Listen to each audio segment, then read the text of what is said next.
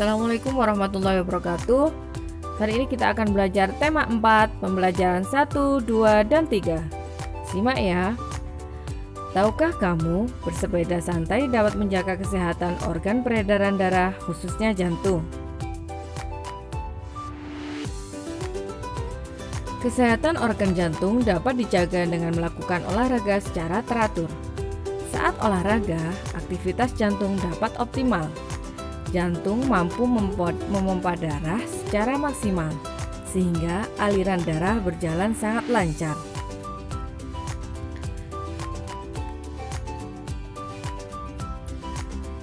Jika jantung tidak sehat, maka akan berdampak fatal bagi seluruh tubuh. Jantung tidak dapat menyuplai kebutuhan darah ke seluruh tubuh dengan optimal. Akibatnya, kesehatan tubuh sangat terganggu.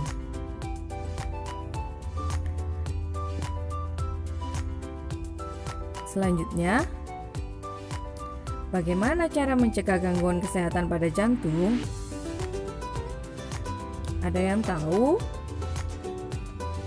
Oke, cara mencegah gangguan pada organ peredaran darah ada 2. Jika kalian sakit hipertensi, hipotensi, dan jantung koroner, dapat dicegah dengan olahraga teratur, istirahat yang cukup, dan mengonsumsi makanan-makanan yang berserat seperti buah-buahan dan sayur.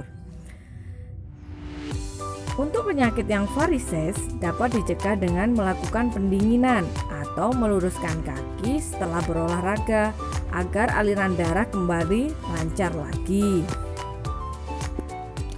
Mencegah lebih baik daripada mengobati. Mencegah terjangkit penyakit lebih baik daripada mengobati penyakit yang terlanjur menjangkiti tubuh kita. Oke. Selanjutnya, indahnya persahabatan, saling menjaga dan menghormati. Jagalah kesehatan badan, jangan sampai mengobati. Nah, kalian tahu ini adalah sebuah pantun. Oke, perhatikan pantun berikut ini. Oke, kita perhatikan pantun berikut ini. Indahnya persahabatan, saling menjaga dan menghormati. Jagalah kesehatan badan, jangan sampai mengobati. Bagaimana identifikasi pantun tersebut? Oke. Perhatikan, ada sebuah tabel di sini. Apa saja isinya? Jenis pantun. Kemudian jumlah bait, jumlah baris, baris sampiran, baris isi pantun, sajak yang digunakan. Oke. Jenis pantun. Apa ya pantunnya? Indahnya persahabatan. Jagalah kesehatan badan, jangan sampai mengobati. Oh, termasuk jenis pantun nasihat. Oke ya, paham? Jumlah baitnya berapa? Nah, jumlah bait ada 1 bait ya. 1 bait. Jumlah barisnya berapa? 1, 2, 3, 4. Ada 4 baris. Jadi 1 bait ada 4 baris. Kita tulis di dalam kotaknya ya. Oke.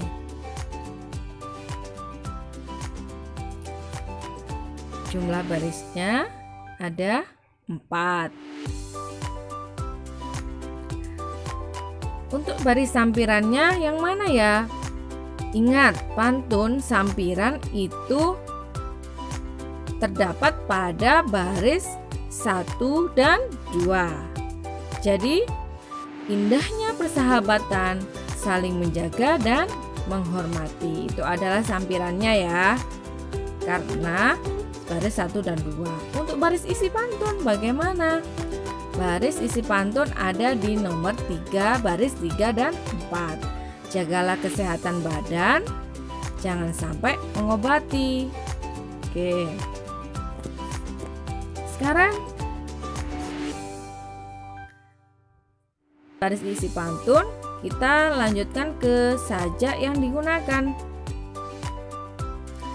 Kita lihat di dalam sebuah pantun. belakangnya anti, jadi sama antara baris 1 dan baris 3 an, jadi a sajanya ya. Kemudian ti dengan belakangnya sama-sama ti, berarti sajak b. Oke, berarti sajaknya yakni a b ya. Oke, kita lanjut ke cerita bergambar. Cerita bergambar adalah perpaduan gambar dan teks dalam sebuah cerita. Jadi dalam cerita bergambar terdapat teks dan gambar. Fungsi gambar dalam cerita bergambar adalah untuk memperjelas dan memperindah suatu cerita. Satu gambar hanya menceritakan salah satu adegan atau bagian sebuah cerita. Jadi fungsi gambar cerita yakni untuk memperjelas dan memperindah.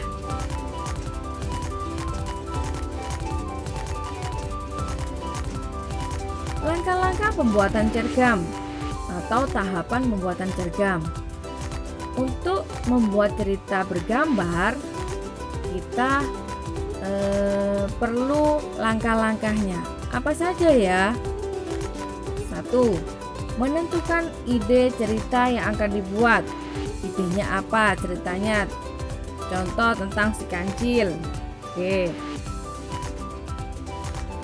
Kedua, untuk yang menentukan tokoh dalam cerita. Tokohnya siapa saja yang akan diceritakan dalam sebuah cerita. Yang ketiga, yakni membuat alur cerita yang sederhana. Tidak perlu yang berbelit-belit ya. Jadi membuat alur ceritanya sesuai dengan ide cerita yang akan dibuat tadi. Kita lanjut. Tahapan yang kedua, membuat gambar untuk cergamnya. Menyesuaikan tema gambar dengan tema cerita. Gambarnya kelinci, tapi tema ceritanya bukan tentang kelinci. Atau tema gambarnya kancil, tapi ceritanya bukan tentang si kancil. Beda lagi. Jadi kalian kalau membuat gambar untuk cergam itu harus sesuai dengan temanya. Jika temanya si kancil, jadi kalian harus membuat gambar kancil. Oke ya, paham? Kedua, membuat sketsa gambar, kemudian diwarnai. Jika kamu membuat gambar si kancil, buat sketsanya dulu. Kemudian setelah membuat sketsanya, diwarnai dengan rapi. Oke. Contoh cerita bergambar seperti itu ya. Oke. Sekarang kita ingat-ingat sistem peredaran darah hewan. Sistem peredaran darah hewan itu ada dua, yakni sistem peredaran darah terbuka dan sistem peredaran darah tertutup. Sekarang kita masuk sistem peredaran darah terbuka. Sistem peredaran darah terbuka yaitu darah tidak selalu berada dalam pembuluh darah dan tekanan alirannya lebih lambat. Kalau yang peredaran darah tertutup, itu darah selalu berada dalam pembuluh darah dan tekanan alirannya lebih cepat.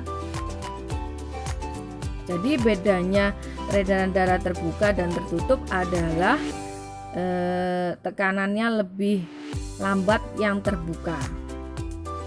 Sekarang sistem peredaran darah terbuka.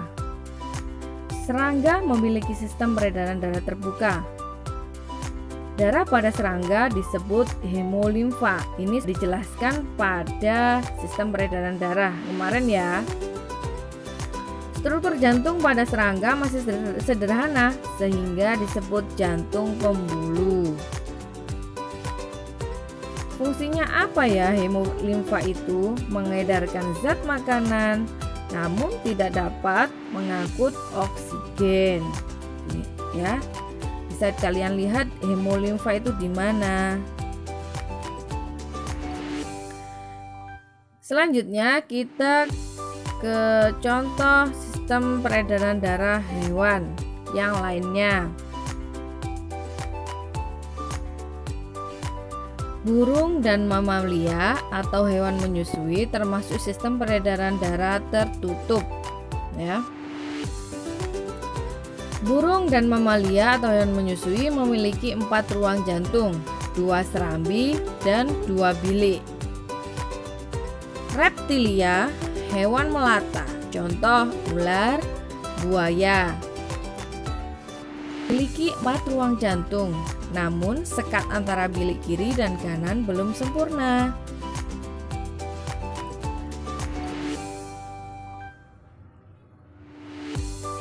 Selanjutnya yakni amfibi atau contohnya kita katak ya. Memiliki 3 ruang jantung, 2 serambi dan 1 bilik. Ikan yakni memiliki 2 ruang jantung, 1 serambi dan 1 bilik. Kita lanjut ke amanat pantun. Siang-siang makan buah dondong, rasa takut melihat besarnya ular. Mari kita melakukan gotong royong agar pekerjaan cepat kelar. Nah, ini amanatnya yakni kita bekerja bersama-sama untuk melakukan gotong royong, ya. Selanjutnya, gotong royong adalah salah satu jenis tanggung jawab warga masyarakat. Nah, ini termasuk contoh gotong royong ya di lingkungan masyarakat. Gotong royong adalah bentuk kerjasama antara sejumlah orang atau warga masyarakat dalam kehidupan sosial dalam menyelesaikan sesuatu atau pekerjaan tertentu yang dianggap berguna untuk kepentingan bersama. Apa saja sih unsur-unsurnya gotong royong? 1. Usaha atau kegiatan kerja bersama. 2. Setiap partisipan berpartisipasi menurut kemampuan masing-masing. 3. Berdasarkan keikhlasan dan sukarela. 4. Tanpa pamrih. 5. Kerja atau usaha bermanfaat untuk kepentingan sama. Manfaat gotong royong. Manfaat gotong royong yakni ada 4. Oke, selanjutnya kita masuk ke arti gotong royong. Gotong royong memiliki arti penting dalam memperkokoh persatuan dan kesatuan serta meningkatkan solidaritas dan rasa kekeluargaan. Gotong royong menjadi tanggung jawab semua warga masyarakat. Tanggung jawab sebagai warga masyarakat adalah menjalankan tugas dan kewajiban sebagai masyarakat. Jenis-jenisnya: 1. Memelihara ketertiban dan keamanan hidup bermasyarakat. Contohnya, peraturan jam belajar, kegiatan ronda malam secara bergilir. Jenis tanggung jawab yang kedua, menjaga dan memelihara rasa persatuan dan kesatuan masyarakat. Contohnya yakni kehidupan rukun dengan semangat kekeluargaan. Setiap warga masyarakat menyelesaikan masalah sosial secara bersama-sama. Bergaul dengan sesama warga masyarakat dengan tidak membeda-bedakan suku, agama, ras, ataupun aliran. Menggunakan bahasa Indonesia secara baik dan benar dalam bergaul antar suku bangsa. Terakhir, mengadakan bakti sosial di lingkungan masyarakat. Lanjut ke nomor 3. Meningkatkan rasa solidaritas sosial terhadap sesama anggota masyarakat. Contohnya, rasa solidaritas yakni saling membantu, saling peduli, saling bekerja sama, saling berbagi dalam mendukung pembangunan masyarakat setempat baik secara keuangan maupun tenaga. Salah satu bentuk upaya meningkatkan solidaritas sosial yakni melakukan kerjasama atau gotong royong. Yang keempat, menghapuskan bentuk-bentuk tindakan diskriminasi dalam kehidupan masyarakat untuk menghindari disintegrasi masyarakat, bangsa, dan negara. Diskriminasi adalah prinsip yang mengatakan bahwa semua orang tidak sama. Tindakan-tindakan diskriminasi hendaknya dibuang jauh-jauh dalam pergaulan hidup bermasyarakat demi persatuan dan kesatuan antar warga.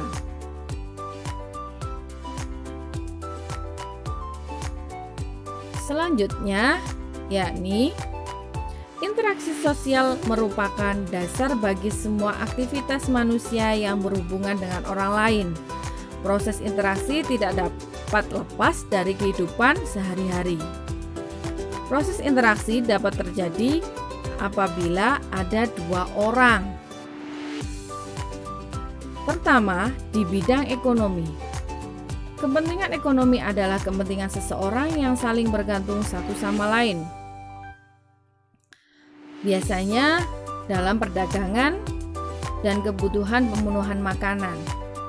Selain kepentingan ekonomi, barang maupun jasa, misalnya lembaga belajar, rumah sakit, I.O, jasa paket atau kurir, sampai jasa cuci. Selanjutnya di bidang politik. Interaksi di bidang politik digunakan oleh para anggota pemerintah dan anggota partai politik untuk menjalankan kekuasaan negara. Di dalam kepentingan politik, terdapat juga kepentingan keamanan dan pertahanan. Kepentingan ini secara umum ditandai dengan adanya proses transaksi politis dan kesepakatan untuk menjalankan negara. Selanjutnya, nomor 3, bidang sosial dan budaya. Interaksi sosial dalam bidang sosial budaya. Dalam kepentingan sosial selalu ingin mendapatkan tempat atau kedudukan dalam masyarakat. Karena kedudukan seseorang ditentukan oleh pengakuan masyarakat, maka akan timbul interaksi antar masyarakat. Kepentingan bidang budaya berkaitan dengan pola-pola bahasa, agama, seni budaya, organisasi sosial, dan sebuah kebiasaan turun-menurun dari leluhur. Yang keempat, bidang moral. Kepentingan moral berarti kepentingan yang berangkat dari keprihatinan atau rendahnya situasi moralitas masyarakat di wilayah tertentu. Contohnya, syiar agama, pelatihan keterampilan masyarakat, dan pembinaan masyarakat oleh pemerintah. Tujuannya apa? Agar kesadaran masyarakat di wilayah tersebut timbul untuk maju bersama dengan masyarakat di wilayah yang lain. Semoga ilmunya bermanfaat ya. Wassalamualaikum warahmatullahi wabarakatuh.